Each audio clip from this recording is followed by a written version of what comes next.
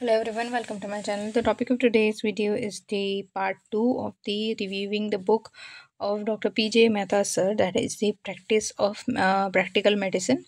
We have already covered uh, 10 topics of the history taking and the symptomatology, that are these. If you have not viewed that video, so I will give the link here. Okay, so now we are going to discuss about the next 10 topics, that are the 11 to 20. The topics are the polyuria till dysphagia. Okay, let's begin. So, as the name suggests, the polyuria means the urine is more in quantity. So, the person have to go multiple times um to urinate.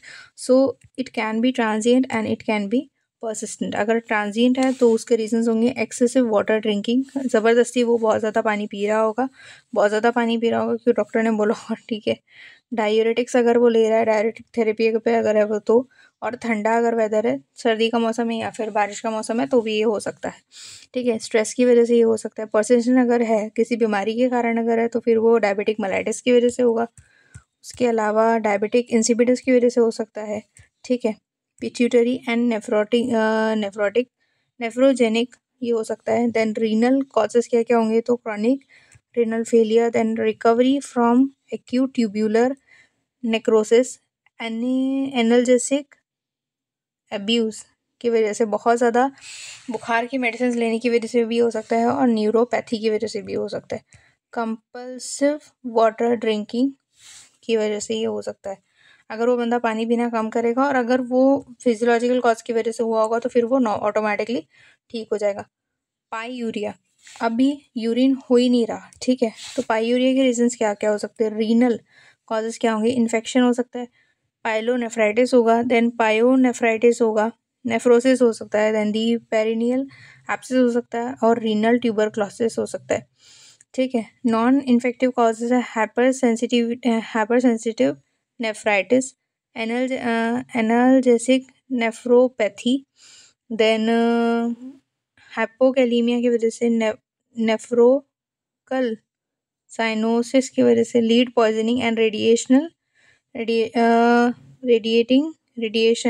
Nephritis की वजह से। Lower uterine track में क्या क्या reasons होंगे, cystitis और उसके अलावा यूरेथ्राइटिस। सिस्टाइटिस में इन्फेक्टिव, रेडिएशनल और साइटोटॉक्सिक ड्रग्स की वजह से।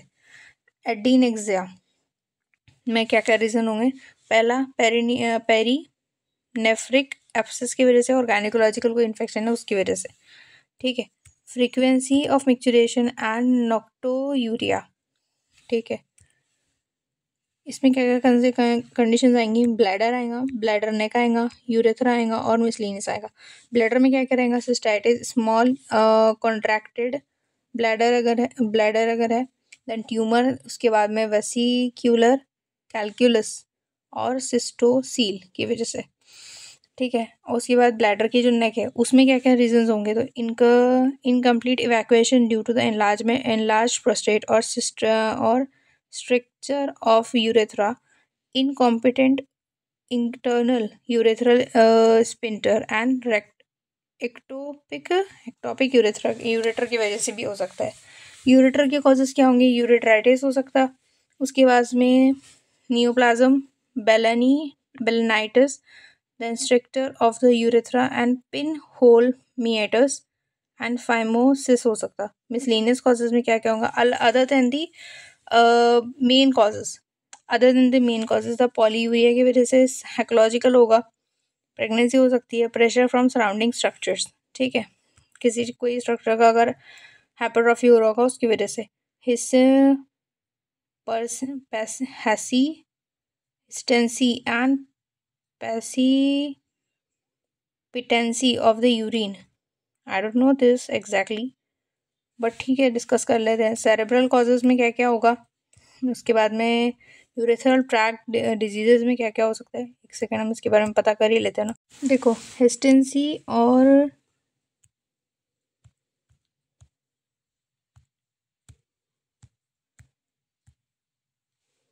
हिस्टेंसी और hesitancy, urine hesitancy is difficulty, मतलब and delay in the starting urine, while precipitancy का मतलब होता है urgency, is a sudden and strong need to urinate. Hesitancy अगर है तो वो एनलार्ज प्रोस्टेट की वजह से होगी, यूटीआई की वजह से, नर्व डिसऑर्डर की वजह से, pelvic floor dysfunction can lead to weak stream और dribbling. Precipitancy is a common syndrome of the UTI, and overactive bladder can result in a frequent urination and leaking. हेस्टेंसी का मतलब है डिफ़िकल्टी और उसको urine pass करने में difficulty जा रही, और पैसिपिटेंसी का मतलब है हाँ, पैसिपिटेंसी का मतलब है कि बहुत ज़्यादा उसको यूरिन पास हो रही है और इतना कि वो लीक कर रहा है, ठीक है। लेकिन अगर हम हिस्टेंसी में देखा जाए, यूरिन हिस्टेंसी अगर है तो उसमें उसको ड्रिबलिंग हो रही है, स्ट्रीम वीक है और ड्रिबलिंग हो रही है, ठीक है। अब चलो अपने कॉजेज़ पर आ जाते हैं। सेरेब्रल कॉजेज़ क्या क्या हो सकते हैं। सेरेब्रल कॉजेज़ में आएगा कि सेरेब्रोवास्क्यूलर एक्सीडेंट अगर हुआ, एक्सीडेंट्स की वजह से, सेरेब्रल ट्यूमर की वजह से, हेड इंजरी की वजह से, यूरिनरी ट्रैक इन्फेक्शन में एनलार्ज प्रोस्टेट है, ब्लैडर लेक ऑब्स्ट्रक्शन की वजह से, ठीक है, जो कि हम ऑलरेडी देख चुके हैं। रिटेंशन ऑफ यूरिन, अब यूरिन पास ही नहीं हो रहा, क्यों नहीं हो रहा, रिटेंशन ऑफ यूरिन क्यों हो रहा है, तो इसके जो कारण है न्यूरोलॉजिकल कॉज हो सकते हैं कि स्पाइनल कॉर्ड डिजीज़ की वजह से, उसकी वजह से कॉर्डा इक्विना लीजन की वजह से, और मल्टीपल स्क्लेरोसिस की वजह से। गाने जेनाइटो यूट्राइन ट्रैक्ट में क्या क्या चेंजेस होंगे जिसकी वजह से ये हो रहा है। तो पहले तो पेनिस के अंदर क्या होगा कि फेमोसिस हो सकता है, यूरेथ्रा के अंदर पोस्टीरियो यूरेथ्रल वाल्व की वजह से, फॉरेन बॉडी स्टोन की वजह से, उसके बाद में स्ट्रक्चर्स की वजह से, रप्चर, यूरेथ्रा का रप्चर हो गया तो स्पाजम ऑफ द स्पिंटर, इन सारी चीज़ों की वजह से, प्रोस्टेटिक एनलार्जमेंट की वजह से, bladder atony tumour, stone, compression by fibroids and retroverted uterus की वजह से, फॉलोइंग पार्चुरेशन की वजह से, ठीक है।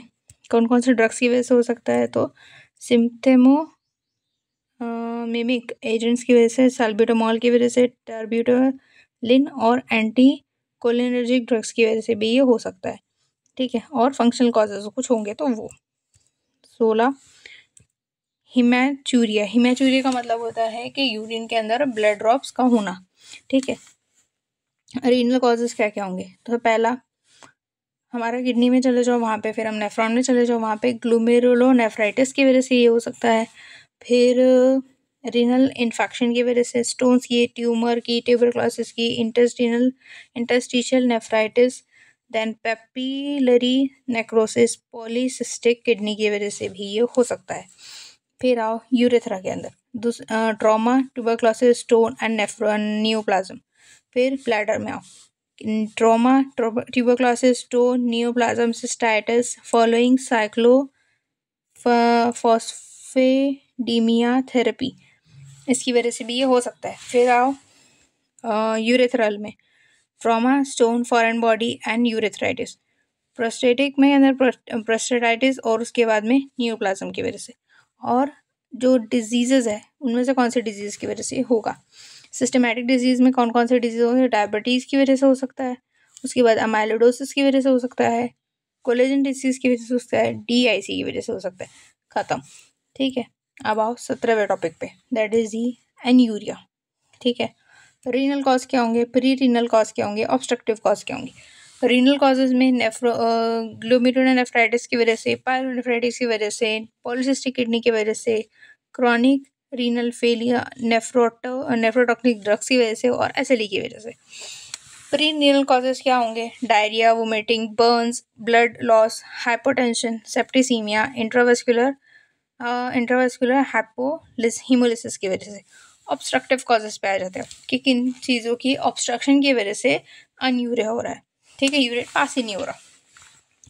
पहला रहेगा कि कैलकुला अगर किडनी के अंदर है, मतलब स्टोन अगर है, स्टोन अटक गया है तो उसकी वजह से हो सकता है, यूरिनरी ट्रैक्ट के अंदर कहीं पे अटका तो उसकी वजह से ऑब्स्ट्रक्शन हो सकता है, ठीक है, उससे यूरिन पास ही नहीं होगा। ब्लॉकेज इन यूरेथ्रा और बाय मैलिग्नेंसी और क्रिस्टल्स, ठीक है। रेट्रोपेरिटोनियल फाइब्रोसिस की वजह से, accidental ligating during ligation during surgery. और अगर गलती से प्रेगनेंसी के मतलब डिलीवरी के टाइम पे अगर उन्होंने सीजरियन सेक्शन करे और जो हमारा यूरेथ्रा है उसको अगर टाई कर दिया गया, लाइगेट कर दिया गया, तो भी यूरिन पास नहीं होगा। ठीक है, ये हो गए हमारे 17 पॉइंट्स।